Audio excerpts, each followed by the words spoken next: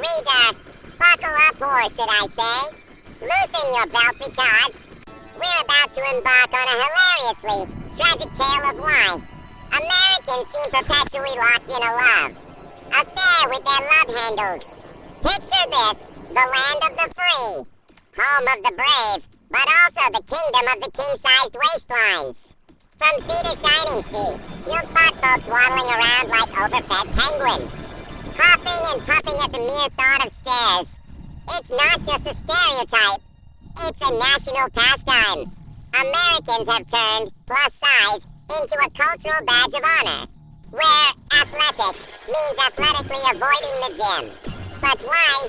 Well, it all starts with a toxic romance between convenience, capitalism, and calories that could power a small nation. And trust me, by the end of this story, you'll be laughing so hard you'll burn more calories than the average American does in a week.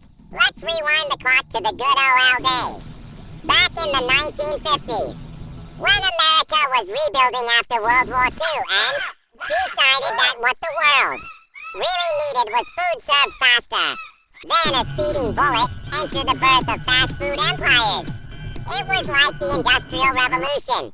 But for your gut, drive-thrus popped up like pimples on a teenager's face, promising hot meals without the hassle of, cooking or moving much. Americans, ever the innovators, thought, why walk when you can drive? Why cook when you can order? This era set the stage for a nation that treats exercise like an optional side dish rally, chosen and often forgotten. Little did they know, they were planting the seeds for a harvest of hefty hips and thunder thighs. Now, no story of American plumpness would be complete without the golden arched villain, McDonald's. Oh, McDonald's, you sly fox. Starting as a humble burger stand, it ballooned into a global behemoth, seducing Americans with its cheap, greasy delights. Imagine millions of people lining up in their cars, engines idling like impatient lovers, just to shove a Big Mac down their gullets. McDonald's didn't just sell food. It sold a lifestyle of instant gratification. I'm loathing it, they say. But what they're really loathing is the extra 500 calories per meal that turn ABS into flabs, thanks to Mickey D's. Americans have mastered the art of eating while driving, multitasking their way to obesity. It's like they turn their vehicles into mobile feeding troughs. And now the only running they do is running late because they're stuck in the drive-thru. But wait, there's a rival in this fatty fairy tale, Burger King, the self-proclaimed home of the Whopper, if McDonald's is the charming prince of fast food. Burger King is the cheeky sidekick who whispers, have it your way, as long as it's supersized, the Whopper. That monstrous mound of meat, cheese, and mystery sauce became a symbol of American excess. Burger King ruined lives by making burgers bigger than your head, convincing folks that flame broiled somehow cancels out the heart attack waiting to happen. Americans flock to decay like moths to a flame-grilled flame, trading their athletic potential for flame-broiled regret. It's no wonder they're unathletic. The only sport they're good at is competitive eating, where the trophy is a bigger belt size. Fast forward to modern daily life, where the average American's routine is a masterclass in sedentary slothdom. Wake up, drive to work because walking is for Europeans. Sit at a desk all day staring at screens.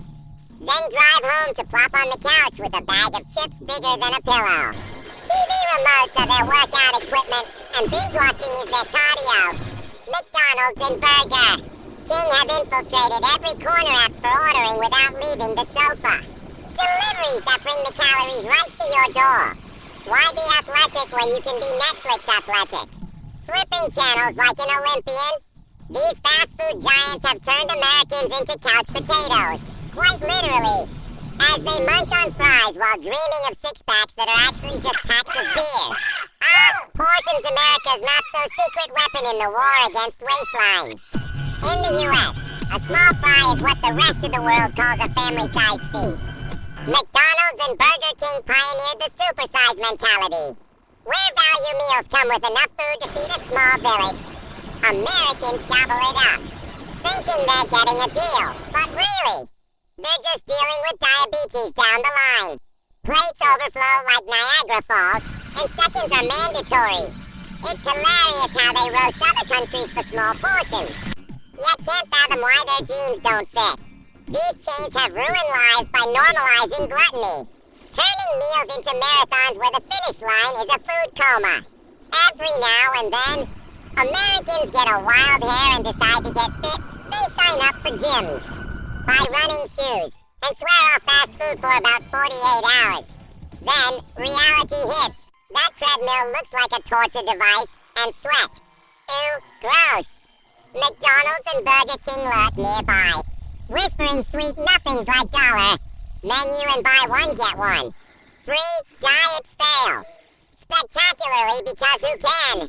Resist a McFlurry. After a workout that consisted of walking to the mailbox. These chains have sabotaged every resolution, turning potential athletes into perpetual before pictures in weight loss ads. It's a comedic cycle of hope, hype, and hamburgers. Don't even get me started on car culture. America is built for wheels, not heels. Suburbs sprawl like spilled soda, and everything requires a drive. McDonald's and Burger King capitalized on this with drive-thrus that snake around blocks, turning rush hour into munch hour. Americans sit in traffic, inhaling exhaust and exhaling excuses for not exercising. I can't walk to work, it's too far. They cry as they idle in line for a burger they could have made at home. These fast food empires have ruined mobility, making cars extensions of dining rooms and exercise an endangered species. Lurking beneath it all is the sugar apocalypse.